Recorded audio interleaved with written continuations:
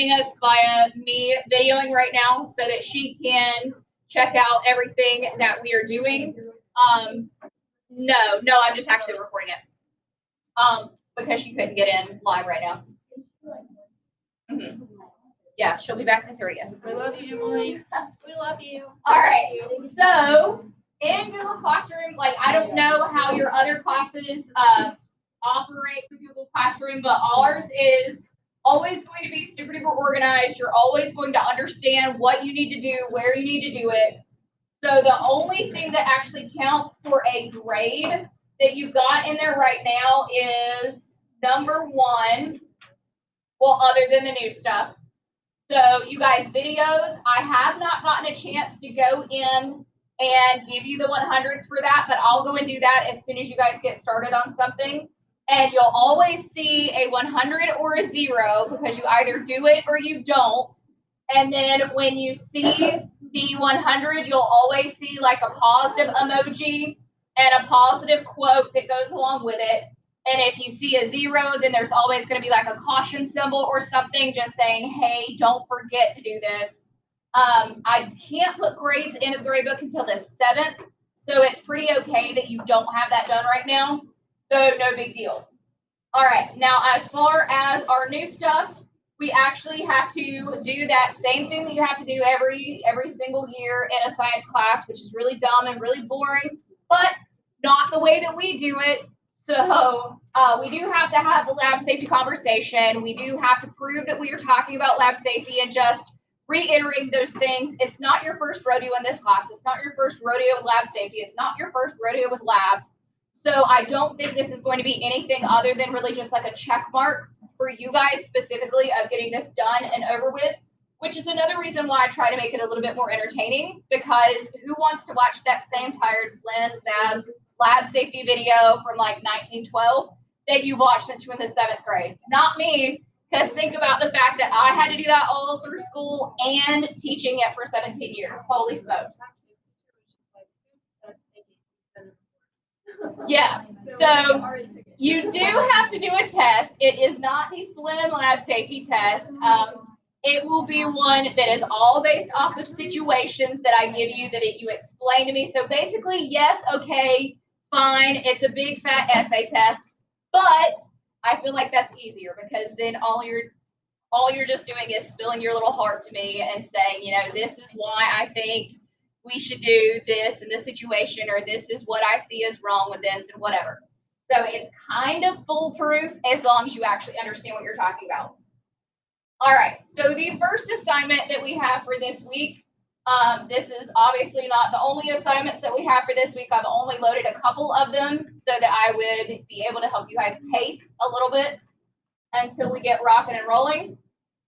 So number 2 is just a lab safety Quizlet that all you have to do. It also has a lab safety contract that I need to add in there in just a minute that I literally just need you guys to put your information on. It's a Google Doc. But with the lab safety Quizlet, it makes sense, and this is probably also like me preaching to the choir here of the amazingness of Quizlet and all the things that you can do with it. But it makes sense to me if this is something that you're actually going to go and study for you to bring up the Quizlet, and of course it's going to be tired and really slow because that is what it does every day.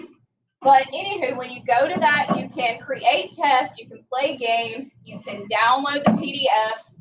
So what I highly suggest, if you have not already, is to take and make a Google Drive folder for this class. So if it will allow me to click to here, maybe. First period, I took and made a Google Drive folder for these guys just as like an example. So then everything that you do for this class, whether or not it's like something that you share with someone else, you've got a home for it. And you don't have to go into your Google Drive and try to search for 45 minutes and figure out what the heck you named it, how long ago it was, and where you're going to find it. So the way you can do that is in your Google Drive, there is a plus button up here at the top left. And you can just tell it to add a new folder. And that's what I would do. And you can change the color of it. You can change the name of it. And then absolutely everything you do for this class, you can throw into there. And that will be extremely helpful, not only for this class, but for the next class, and then, next year as well. All right, so if I wanted to create a new folder for this class, I would name it 2021 Camera Study Structure Function. And then if I wanted to throw some emojis on there, I can go to Emojipedia, or I'm going to be lazy and just use the ones that I already used. And maybe possibly be able to go back over here and paste them. Cool, that works. It pasted them. All right, so now that I have that created, boom shakalaka, it's there. Yep. So now here, if I wanted to use this like nice little creative test because I was actually going to take the time, effort, and energy it takes to study this stuff before a lab safety test, I just created the test, then I go in and hit the print option. And if you're on a Chromebook, the only option is going to be for it to save as a PDF because they can't print anywhere else. But you just look here at the destination and you make sure that it says to save to a PDF. Hit save. It's going to take approximately 17 and a half minutes on the Chromebooks. And then it'll bring it up. Yeah, okay, fine. I've already created that. So yeah, sure, why not? Let's replace it. And then when you are here, you can add it into that Google Drive so that you'll never lose it again. I usually just do it by right-clicking and telling it to upload files. And then it'll eventually bring it up. And you'll see it add. Yay, team. Alrighty. So that's the first part of numero dos. And the other part is the lab safety contract. Are you guys familiar with how to annotate PDFs? Okay. All right. So I'm going to give you access to the Google Doc and the PDF for this, so that you can have them both in case you don't know how to do one or the other. We always have access. Always have what? Access. Always. Mm-hmm. Yep. So let's see. Safety contract. Yeah, honestly, that was me more teaching the younger kids how to do it. All right, so if you know how to annotate a PDF, it's there for you. And then I'm going to also add in the one that is a Google Doc that you can just straight fill out. It does ask for a signature, but it's fine if you just type your name and type your parents' names, because I feel like at this point in your life, you guys have had those lab safety conversations by now. Once or 37 times. All right, and it is just at viewer. So if you're going to use the Google Doc, you will have to make a copy of it. Sorry. It usually acts ridiculous when you're going back and editing an assignment. Because I'm on edit right now. It's not posted yet. All right, so sweet. Go team. It should be there now. So then all you will have to do is just bring it up. I have it here somewhere. Emphasis on somewhere.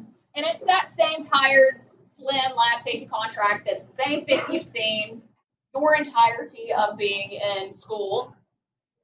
And really the only stuff that becomes relevant is where it starts asking you questions.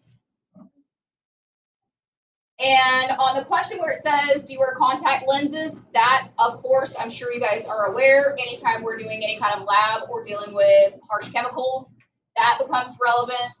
Colorblind, for what we do, it's not super duper relevant. There's one time in the spring that it will be relevant, but the question is there for whatever reason. And as far as the allergies, I don't need to know that you're allergic to peanut butter. I more need to know what you were allergic to that would come into contact with us in this classroom. Like I have an extreme skin allergy to sulfa-based medications, and I learned that the hard way when I was 16, and I was dispensing out Bactrim in the pharmacy, and I had it on the little pill counter, and it started breaking my hand out in hives, and it was traveling up my arms, and I had never touched it. I'd never been around it. So that kind of thing is relevant information. So anything that we would come into contact here, and I suppose any outside allergy as well, since we're going to be doing a lot of like industry tours and field trips and things like that. Anytime we're out somewhere, if they're yellow jackets and I get stung by a lot of them, that's relevant information for you guys to know that like we need to call the hospital because I'm about to die. All right, and then down there, as far as student signature, if you're using Cami, you can do a signature. If you want to just do typing your name, that's fine. Same thing with the parents' names, because like I said, I'm fairly certain you guys have had that conversation. All right, so when you get done with that, then you will just add either the Google Doc or the PDF back on number 2, and then you will turn it in, All right, questions about that much of what we've got going? Yeah, that's another reason why we've only got a certain number of assignments loaded in there, because I knew that it was going to take a decent amount of time. All right. Yeah, that's actually what I usually use, but I knew that Walding likes Cami, so I didn't know if Jay Wald knew about it because of her. All right, and one really like rad thing that I found was it Saturday or yesterday, but I stumbled across this YouTube channel that is the Institute of Human Anatomy. And sorry, you guys are in the wrong program if you don't like cadaver things or it creeps you out. But this guy teaches at a medical school, and he actually uses the cadavers in the lab to talk about a lot of like everyday things. Like yesterday, I watched one where he followed like literally every organ, and he took out like different organs from all over the place of different cadavers, talking about every single thing that happens to every cell of your body when you ingest alcohol. Like he flipped the organs inside out, and he would talk about like everything that is happening to that organ, and he followed it all the way, down. And then he talked about, the day after and why you get so sick after and all of that stuff. So that's what got me hooked, because this guy seriously knows what he's talking about. But I found where he goes in and actually like tells us and teaches us why like a for real zombie could never happen. So instead of putting up a 20-minute timer, because what you guys are doing shouldn't take us longer than like 20 minutes or so, sans issues with Chromebooks, I'm going to show you guys this video, and it's extremely interesting. Yeah, this is it. Yeah, he's about to pull out all sorts of cadavers on this one. Yeah, it's this guy's channel. It's absolutely phenomenal. Can we try to like watch a live surgery? Yeah. Well, we were supposed to die in Miss Waller's class, and we never done. Zombies are impossible. They just can't. Yeah, or do whatever You else. really only need to take a look at 2 tissues in the human body to see why that's the case. And in today's video, we're going to use the cadavers to do just that. See why it's such a big For the deal next thing, when those tissues become compromised. Yeah, so this is not something that like you're about to be tested on or anything. This is really just for a timer, and because it's interesting. Stay in the ground where they belong. Let's do this.